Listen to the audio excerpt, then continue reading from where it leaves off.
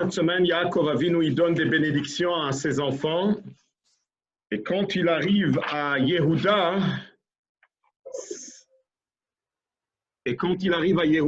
il lui dit, il donne des grandes brachot pour, il voit en Yehuda, il lui donne la royauté. C'est incroyable. De tous les tribus, c'est Yaakov Avinu qui choisit Yehuda, que lui va être le roi et que de lui va sortir la royauté du peuple juif et la royauté éternelle qui est David Amelech et Mashiach. C'est intéressant que quand on prend le chiffre numérique de Yehuda, c'est exactement 30. Et ça représente que David Amelech, quand il est devenu roi, il avait l'âge de 30 ans. Et la Torah, elle nous dit, qu'est-ce que Yaakov Avinu dit à Yehuda? Yehuda ata yoducha achecha. Ça veut dire, tout le monde va être d'accord que toi, tu es le roi. C'est ce qui est arrivé avec David Amelech à l'âge de 30 ans. Il est devenu roi sur tout le peuple juif. Parce qu'avant, il était roi juste à Hebron. C'est marqué aussi que la royauté s'achète avec 30 qualités.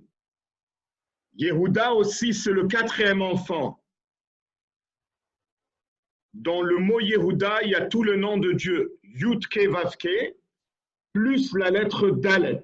Dalet qui veut dire que lui, c'est le 4e enfant.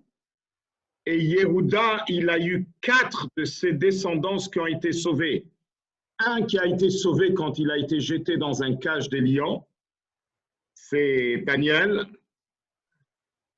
Et 3 qui ont été sauvés quand on les a jetés dans le feu, c'est Hanania, Mishaël et Azaria.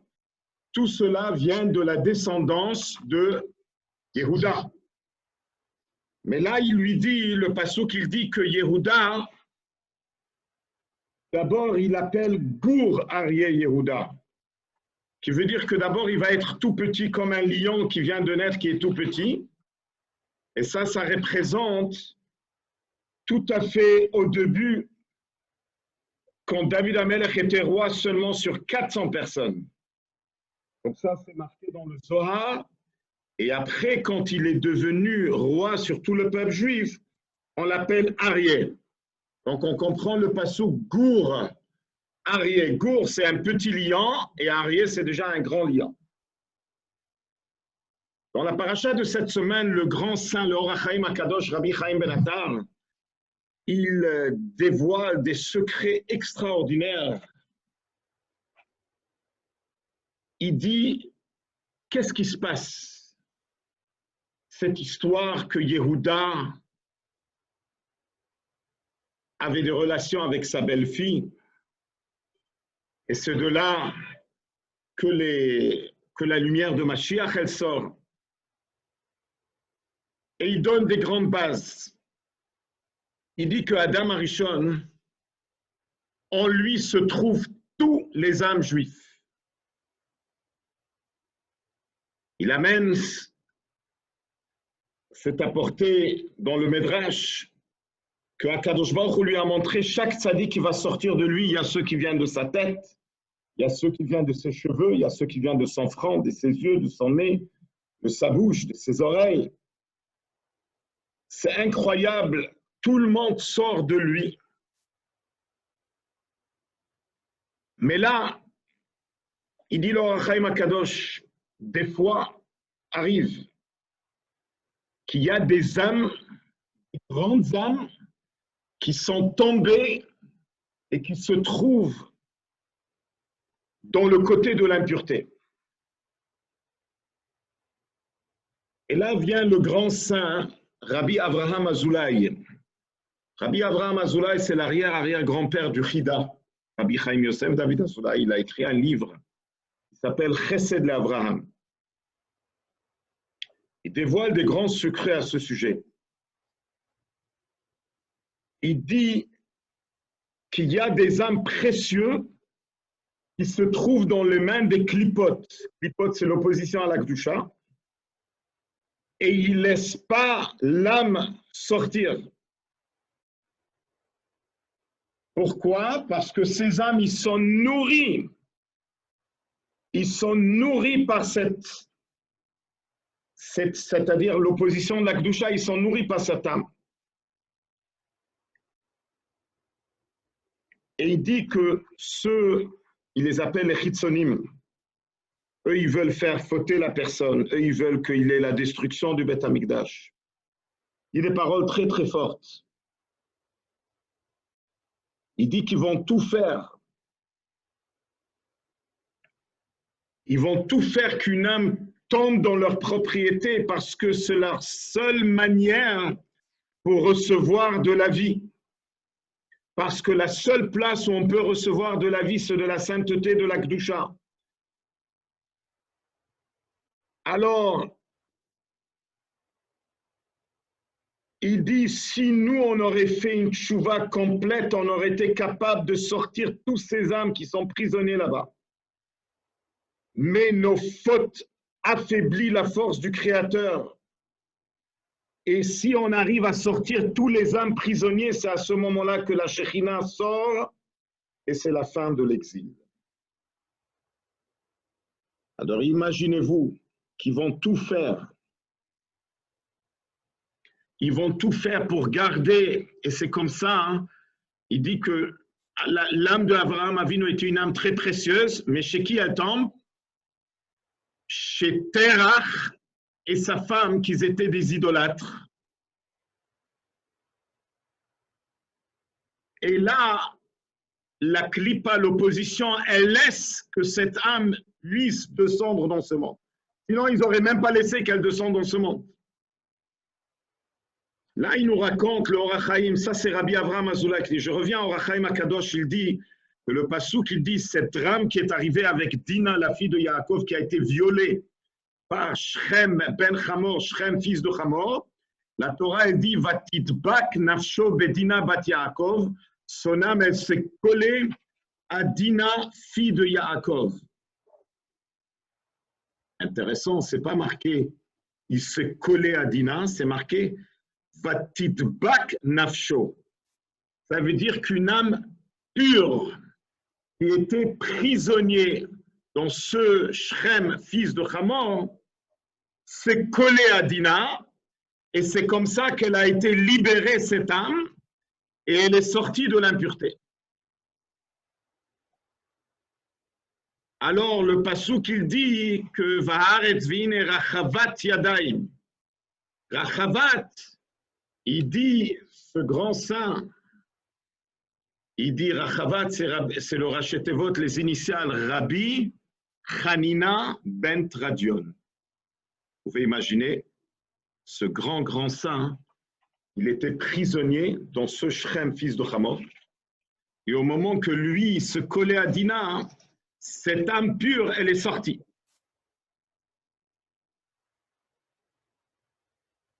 Il dit, et des fois, ça arrive que l'âme, elle décide elle-même de quitter. Et c'est ça le secret des goyim qui se convertissent, qui veulent se coller à la Kedusha.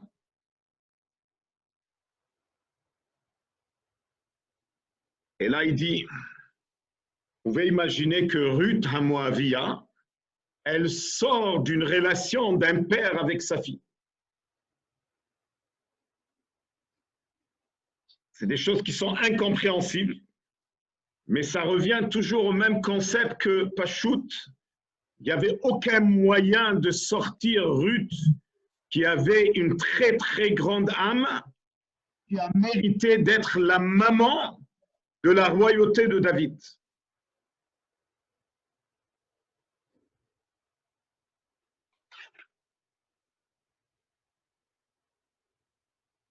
Là, il dit, on voit que dans les générations, on a eu Shmaya et Aftalion, on a eu Onkel Osager, on a vu, il y a eu des grandes âmes qui étaient dans le côté Goy, comment ils ont été arrivés chez le juif. Là, il dit, quand on arrive chez Yehuda, il faut savoir que c'est marqué clair qu'il a été forcé.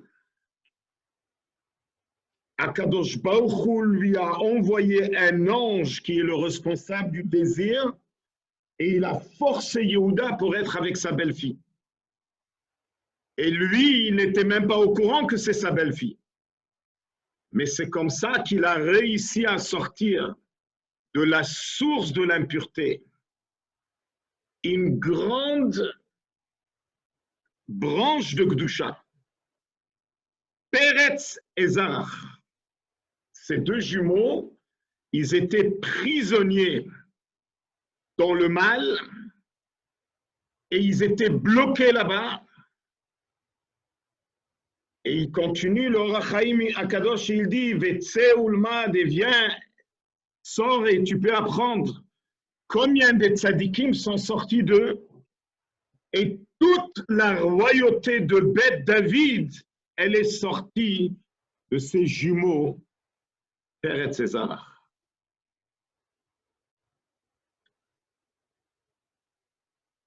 Donc, il dit, voilà ce que le passouk est en train de nous dire. Gur Aryeh Yehuda. Au début, tu étais juste, c'était ta grandeur. Tes frères, ils étaient soumis à toi. Toi, tu étais le roi. Mais après, tu es devenu Aryeh. Tu es devenu un lion. Et toute la grande descendance de la royauté de David jusqu'à l'arrivée, jusqu'à Mashiach va sortir de toi. Et il dit, Teref Beni Alita. Comment tu es monté? Tu es monté à travers ça que tu es arrivé à attraper les grandes âmes qui étaient dans Adam Arishon et à travers l'histoire de Tamar, tu les as gagnés et tu es monté de niveau et tu as acheté des enfants que leur royauté va être une royauté éternelle.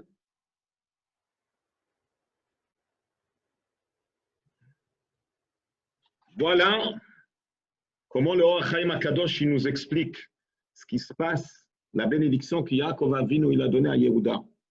Et après il dit, Lo Yasur Shevet mi Yehuda. Yaakov Avinu il dit que jamais ça va s'arrêter, la royauté de Yehuda. Et Rashi l'amène sur place, ça veut dire à partir de David HaMelech. Et on voit quelque chose d'incroyable. Oui, il y avait la royauté qui était d'abord avec la tribu de Binyamin, comme Shaoul, qui venait de la descendance de Binyamin. Mais David HaMelech, Shaoul, ce n'est pas une royauté éternelle, c'était une royauté provisoire. Une royauté éternelle, ça a commencé à partir de David. Et c'est incroyable. Même cela, il y avait le chiffre 30 de David HaMelech jusqu'à la destruction du Beth Amikdash, il y avait 30 rois. Mais Rashi l'amène que même après, quand il y avait des grands leaders dans le peuple juif, on a trouvé qu'ils venaient de la descendance de David HaMelech. Et Yaakov Avinu, il dit « Ad ki yavo Shilo ». Qui c'est Shilo? Rashi il dit, on parle de Melech HaMashiach, Shehamlucha Shelo. Et intéressant, si on prend le chiffre numérique de Shilo, Shin c'est 300, Yud 10, Lamed 30, ça fait déjà 340, plus le dernier He, 5, ça fait 345. Ça fait exactement le chiffre numérique de Moshe, même Shin-He 345. Combien il manque pour arriver au chiffre de Mashiach? Le chiffre 13, parce que le chiffre numérique de Mashiach, c'est 358. Alors le mot Yavo, avant le mot Shilo, Yavo 10, Bet 2, Aleph 1, 13, c'est exactement le chiffre numérique de Mashiach. Ça veut dire Yavo 13 plus 345. Ça veut dire que la différence entre Moshe Rabbeinu aussi, il est considéré le premier libérateur. On a posé une fois la question, je pense que c'était à Rabbi Shneur Zalman, c'est quoi la différence entre le premier libérateur et le dernier libérateur? Il a dit, le premier libérateur, il a libéré le peuple juif, mais il manquait encore que le monde entier voit l'unité du peuple juif, le Echad, Hashem Echad. Et ça, c'est avec, quand il y aura Mashiach, c'est ce qu'on dit 3 fois par jour, qu'il y aura Hashem Echad ou Shmo Echad. Là, intéressant que le passouk, il dit, toujours quand on parle de Yehuda, le Or HaChaim HaKadosh, il dit, qui baisse bayayin levusho ou bedam anavim suto. Le Or HaChaim HaKadosh dit quelque chose de très fort. Il dit les 4 exils, chaque exil on a été libéré par un mérite. Premier exil, on a été libéré par Avraham Avinu, le deuxième par Yitzhak, le troisième par Yaakov. Le 4e exil, on va être libéré par le mérite de Moshe Rabbeinu. Et c'est pour cela que les derniers exils, ils traînent, parce que tant qu'on n'étudie pas la Torah, Moshe Rabbeinu ne veut pas libérer.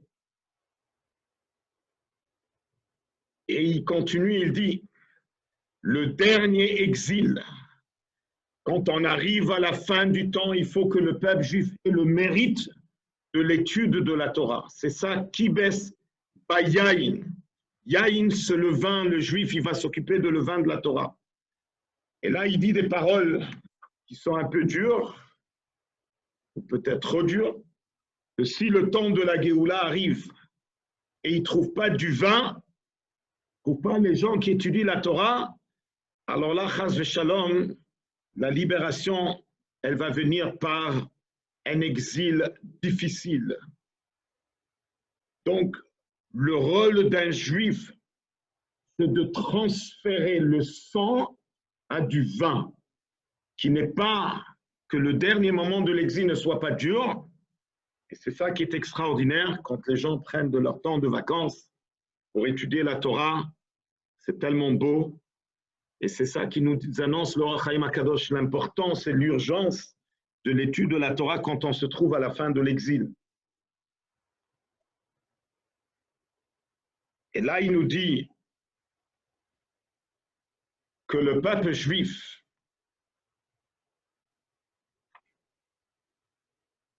il amène le commentaire d'Ivrei Shaul, il dit, les qualités d'un roi, c'est qu'il doit savoir de faire 2 choses.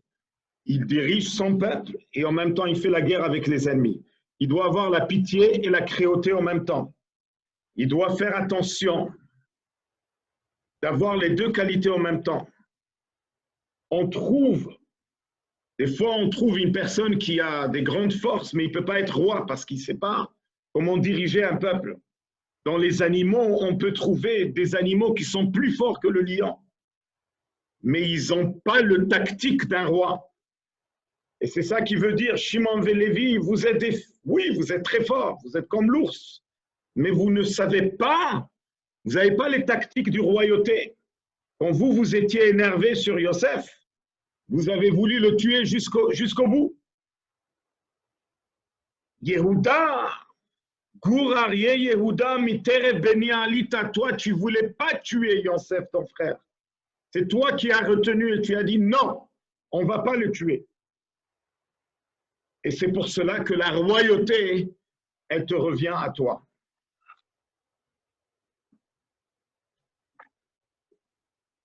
Intéressant que Rabbeinu Ephraim de Balé à Tosfot, il dit, quand le passouk, il dit Lo yasur shevet mi Yehuda at ki yavo Shilo. On a mentionné avant que Shilo, c'est le même chiffre numérique de Moshe. Il dit comme ça que quand Mashiach va venir, les morts du désert vont se lever et Moshe Rabbeinu, il va être en tête. Et c'est ça que Yaakov Avinu, il voulait dire Ad ki yavo Shilo.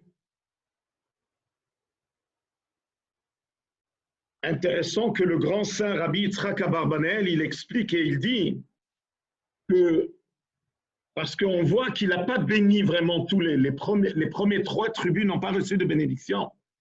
Rabbi Yitzhak Abarbanel, qui était un ministre dans le gouvernement espagnol, et que lui-même, il vient de la descendance de David Amelech. Et il a écrit des livres extraordinaires pour renforcer la Emouna dans Mashiach. Lui, il dit que toutes les bénédictions, toute la raison pourquoi Yaakov Avinu il a réuni ses enfants, c'était pour couronner Yehuda comme roi à jamais.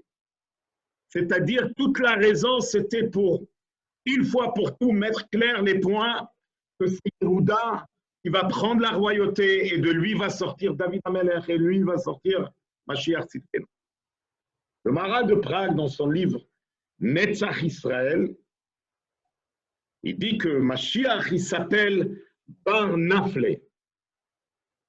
Alors, il vient de dévoiler pourquoi on s'appelle Bar Nafle. Ça veut dire que c'est une royauté qui tombe et qu'il faut comme une personne qui tombe et après il se relève. Il n'est pas vraiment tombé. Alors, le passouk, il dit Lo Yasur Shevet mi-Yehuda, qui veut dire, c'est pas une nouvelle royauté. On ne parle pas ici de quelqu'un qui construit une maison, qui est une nouvelle maison, ça veut dire qu'il n'y avait jamais une maison ici. La royauté de David, c'est comme une souka qui est tombée, qu'il faut juste la remonter. Ce n'est pas quelque chose de nouveau. C'est pour cela qu'il dit Yaakov Avinu, c'est incroyable, Yaakov Avinu, il parle pour des milliers d'années et il nous dit, même quand vous voyez qu'il y a l'exil, ne perdez pas la tête, ne paniquez pas. Ce n'est pas quelque chose qui n'existe pas. C'est quelque chose qui est tombé, mais qui va remonter. Et c'est pour cela que la Gemara, elle dit dans Masechet Sanhedrin, elle dit Lo Yasur Shevet mi-Yehuda. Elle dit ça, c'est les dirigeants après la destruction du premier Beth Amikdash. Il y avait des dirigeants en Irak, mais ils venaient de la descendance de Yehuda, de David Amelech. Et même s'il n'y a pas vraiment toujours la tribu de Yehuda, elle va toujours sortir des gens importants. Et c'est incroyable quand on parle maintenant de tout le peuple juif. De qui on parle? Qui c'est le peuple juif aujourd'hui, à part les Kohanim et le Viyim qui viennent de la tribu de Lévi? Mais là, le peuple juif, c'est Yehuda et Binyamin. Alors, intéressant que quand Yaakov Avinu, il voulait mettre au point l'importance de Yehuda, il était en train d'expliquer pourquoi il a mis l'aîné du côté. Comment ça se fait qu'il a mis Réhouven du côté?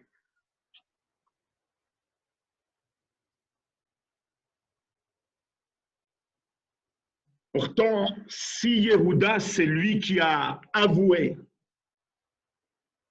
et l'a avoué en public, même s'il avait honte, il a dit oui, elle, Tamar, elle est enceinte de moi. Donc Yehuda, il représente cette grande qualité d'avouer, de ne pas avoir honte d'avouer. On voit aussi chez Réhouven. Réhouven aussi, il a fait tchouva. Pourquoi on donne toute l'importance à Yehuda? Alors, il y a une explication extraordinaire que le Rabbi l'amène. Et il dit comme ça. Réhouven, quand il a fait tchouva,